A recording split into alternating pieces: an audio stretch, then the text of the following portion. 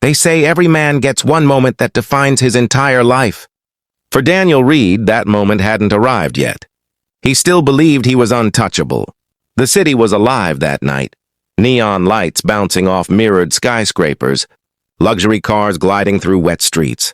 Inside one of those cars, Daniel Reed leaned back in the leather seat of his black BMW, his Bluetooth headset flashing blue as he closed another $1 million real estate deal. "Congratulations, Mr. Park," he said with practiced charm. "You just bought yourself the skyline view of your dreams. Horizon Estates always delivers."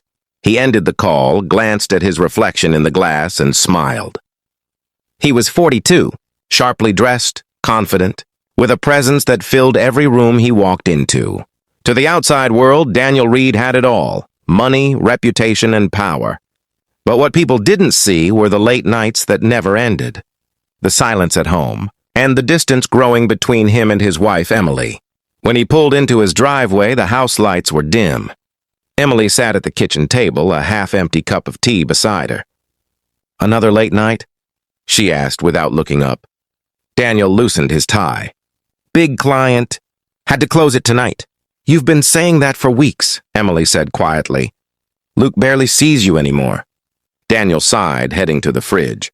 "This is how I provide, Em. Deals don't close themselves." She finally looked up at him. "No, but marriages can fall apart on their own." Her words stung, but Daniel brushed them off. He was too busy, too important to worry about feelings. The next morning, the Horizon Estates headquarters buzzed with energy. Daniel entered, and employees straightened up instinctively. He was the closer, the man who never missed a deal. His assistant, Jordan, followed him into the glass-walled office. "Morning, sir. You've got a 10 a.m. with the new intern, Ava Morgan, and the board wants your quarterly report ready by Friday." Daniel waved him off. "Interns can wait. Clients can't. And the board will get what I give them." Jordan hesitated. "The numbers on your last project—" Daniel cut him off. "I'll make the numbers work. I always do." For Daniel, success wasn't about truth. It was about control, and control was his favorite illusion. That afternoon, Daniel entered a conference room full of executives. Among them sat Robert Lane, the company's financial director. Cautious, older, and unimpressed by Daniel's arrogance, Robert cleared his throat. "Daniel, I've been reviewing your latest numbers on the Ridgeview project. There's a discrepancy in the cost reports." Daniel smiled, leaning back in his chair. "Discrepancy or creativity, Robert? You know how this game works?" Robert frowned. "We play by rules, not games." Daniel leaned forward. "If I played by rules, this company wouldn't be standing. I close deals because I bend what needs to bend." The room fell silent. Robert shook his head. "One day, that's going to catch up to you." Daniel smirked. "Not today." But every empire built on arrogance eventually cracks. Sometimes it starts with one careless choice. That choice came a week later. Daniel received a call from a high-profile developer, Mr. Chen, offering a multi-million-dollar contract, but only if Daniel could adjust a few property valuation documents. It was risky, unethical, and exactly the kind of thing Daniel thought he could get away with. He spent the night altering reports, signing names that weren't his, and saving files that could one day destroy him. At home, Emily stood in the doorway watching him work late again. "Daniel, come to bed," she said softly. He didn't look up. "Can't. This deal could change everything." "It already has," she whispered, walking away. In chasing success, he didn't notice the silence growing around him, the silence that would one day become deafening. The deal went through. Horizon Estates announced record profits. Daniel was praised, rewarded, and once again called a genius. At the celebration dinner, his boss, David Ross, raised a toast. "To Daniel Reed, the man who turns risk into reward." Everyone clapped. Daniel smiled, but deep inside, something uneasy stirred. He caught Robert's cold stare from across the table. Later that night, Robert approached him privately. "I know what you did with the Ridgeview files," he said quietly. Daniel froze. "Careful, Robert. Accusations like that can ruin careers." Robert nodded. "Yours, not mine." He handed Daniel an envelope. Inside was a copy of the altered document. "Fix it, Daniel, before someone else finds out." But Daniel's pride wouldn't let him. He tore the paper in half and said, "No one's finding out anything." Voiceover. He thought he'd just ended a problem. In truth, he'd just signed the beginning of his own downfall. The rain had finally stopped. Morning light crept through the tall glass windows of Daniel Reed's office, cutting across the expensive furniture like a silent reminder of how high he had climbed. He stood before the mirror, adjusting his tie, smiling at his reflection. He still looked powerful, untouchable, and proud. Voiceover. Daniel Reed had it all. The cars, the corner office, the reputation. But success has a sound, and sometimes it's the echo of warnings you never listened to. Inside the office, the energy was electric. Employees surrounded Daniel, listening as he laid out charts and projections with confidence.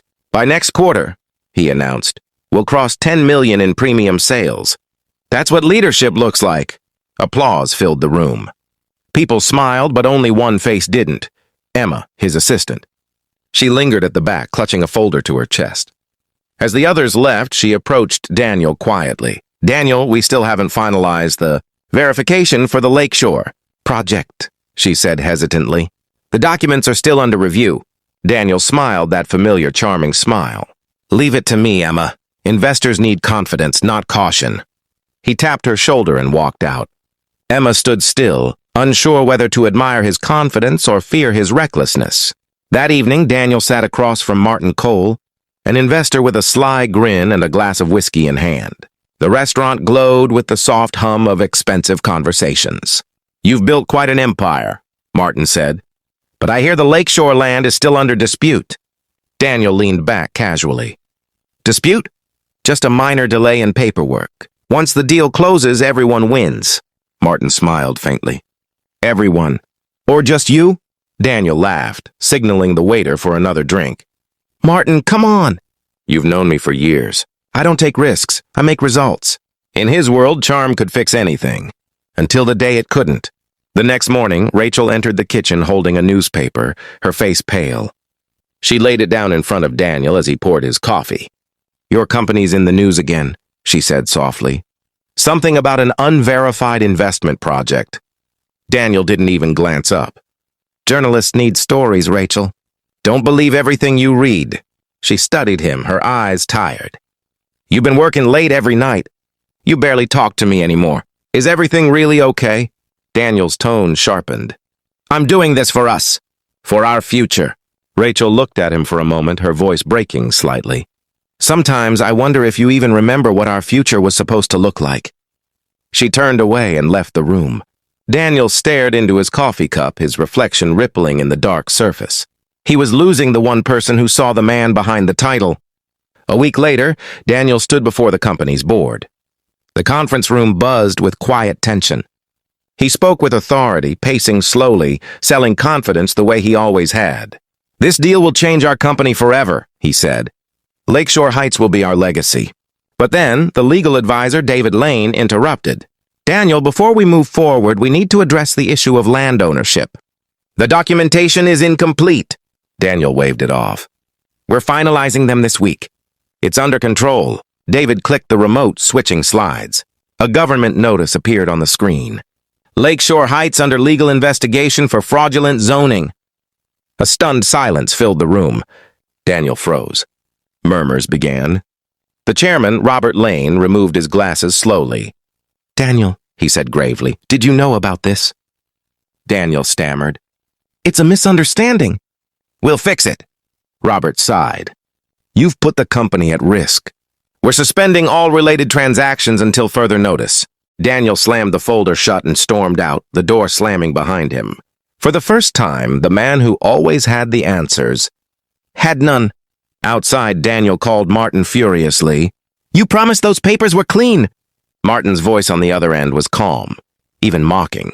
"I promised nothing, Daniel. You wanted a shortcut. Now you've got a scandal." The call disconnected. Daniel stared at his reflection in the car window. His confident image now cracked and distorted by raindrops. 2 days later, the news exploded.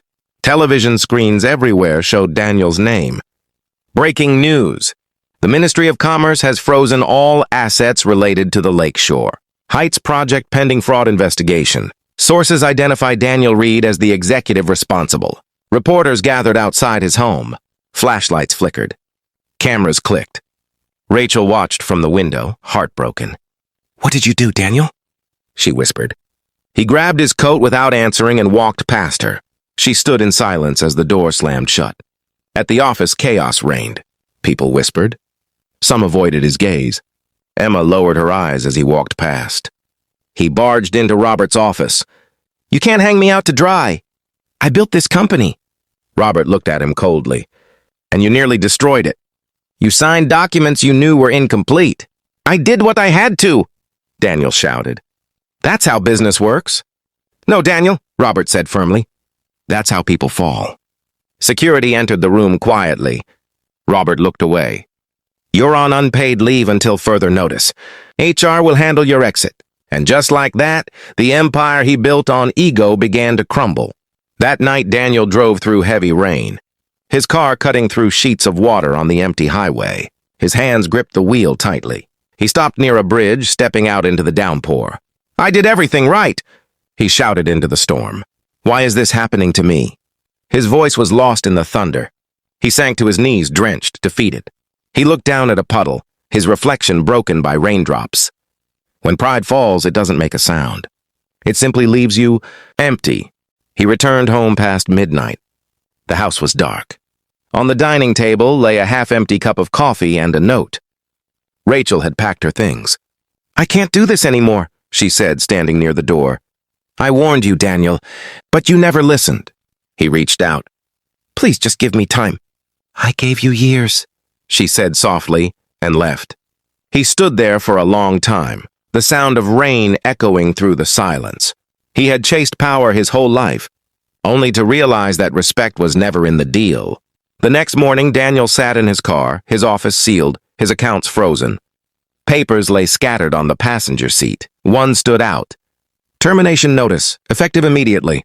He read it again and again, as if the words might change, but they didn't. Beside him lay a framed photo of Rachel and his son. He touched it gently, his eyes filling with tears. This was the fall. But in every fall, there is a choice, to stay broken or to rise again. He leaned back in his seat, eyes closed. The sound of rain returning like an echo of his own heart. Daniel sat alone in the dimly lit apartment. The hum of the refrigerator, the only sound breaking the silence. His once gleaming watch lay on the table, motionless, a relic of a life he no longer lived. Months had passed since the deal that destroyed everything. His company, his family, and his peace. He often stared at the ceiling, replaying the choices that led him here. Betrayal, greed, pride. All the words he once thought belonged to others had become the mirror, reflecting his own downfall. He hadn't seen Emily or Lily since that night. Every message he sent went unanswered. Every apology felt too small for the damage he had done. One morning, Daniel woke up before dawn. He stood by the window, watching the city glow in faint orange light. The world was moving on, and he realized he had two choices: stay in the ruins or rebuild. For the first time in months, he chose to move. He walked to a nearby church, one he used to pass without a glance. The old pastor recognized him instantly. "Daniel Moore," the man said softly. "You look like someone carrying more than his share." Daniel smiled faintly. "I am, and I don't know how to put it down." The pastor nodded. "Then start by admitting you can't carry it alone." That night, Daniel couldn't sleep.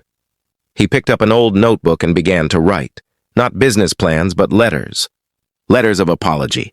Letters of gratitude. Letters he might never send, but needed to write. Days turned into weeks, and Daniel took small jobs around the neighborhood. Fixing broken fences. Helping at the community kitchen. It wasn't about money. It was about feeling human again. One afternoon, as he served food to a line of people, he heard a voice behind him, soft, familiar. "Didn't think I'd see you here?" Daniel turned. Emily stood there, wearing a plain coat and tired eyes. He froze, unsure whether to smile or cry. I've been trying to reach you," he whispered. "I know," she said. "But words aren't enough, Daniel. I needed to see if you were still the man I once knew." He nodded, holding back tears. "I don't know if I am, but I'm trying." Emily looked at him for a long time. The silence between them filled with memories, laughter, arguments, dreams. Then she said softly, "Keep trying." She turned to leave. But before she walked away, she added, "Lily misses you." That night, Daniel cried for the first time in years, not from shame, but from hope. He realized forgiveness wasn't a door someone else opened. It was one he had to unlock from within. Months later, Daniel opened a small consulting firm, not to chase power, but to help young entrepreneurs avoid the mistakes he once made. He named it New Path Consulting. The first person he hired was a young man just out of college, someone who reminded him of himself years ago. One evening, as he closed the office, he found Emily and Lily waiting by the car outside. Lily ran toward him, her small arms wrapping around his waist. "Mom said we could have dinner together." Daniel's voice trembled. "Really?" Emily smiled faintly. "You've changed, Daniel. I can see it." He looked at her, eyes glistening. "I had to lose everything to learn what mattered." They drove home in silence, but it was the kind of silence that felt peaceful. The city lights shimmered against the windshield, and for the first time in years, Daniel didn't feel lost. As he tucked Lily into bed that night, she asked, "Daddy, are you happy now?" He kissed her forehead. "I think I'm learning to be." When he walked outside, Emily stood on the porch watching the stars. "You know," she said quietly, "I prayed you'd find your way." Daniel smiled. "Maybe you were the compass all along." She laughed softly, and for the first time, they stood together not as broken people, but as two souls rebuilding the same house, brick by brick, trust by trust. The night was calm. A faint wind carried the scent of rain. Daniel looked up and whispered to himself, "This is what redemption feels like." The camera would fade out slowly, the porch light glowing behind them, a symbol of warmth, returning to a home that once knew only darkness.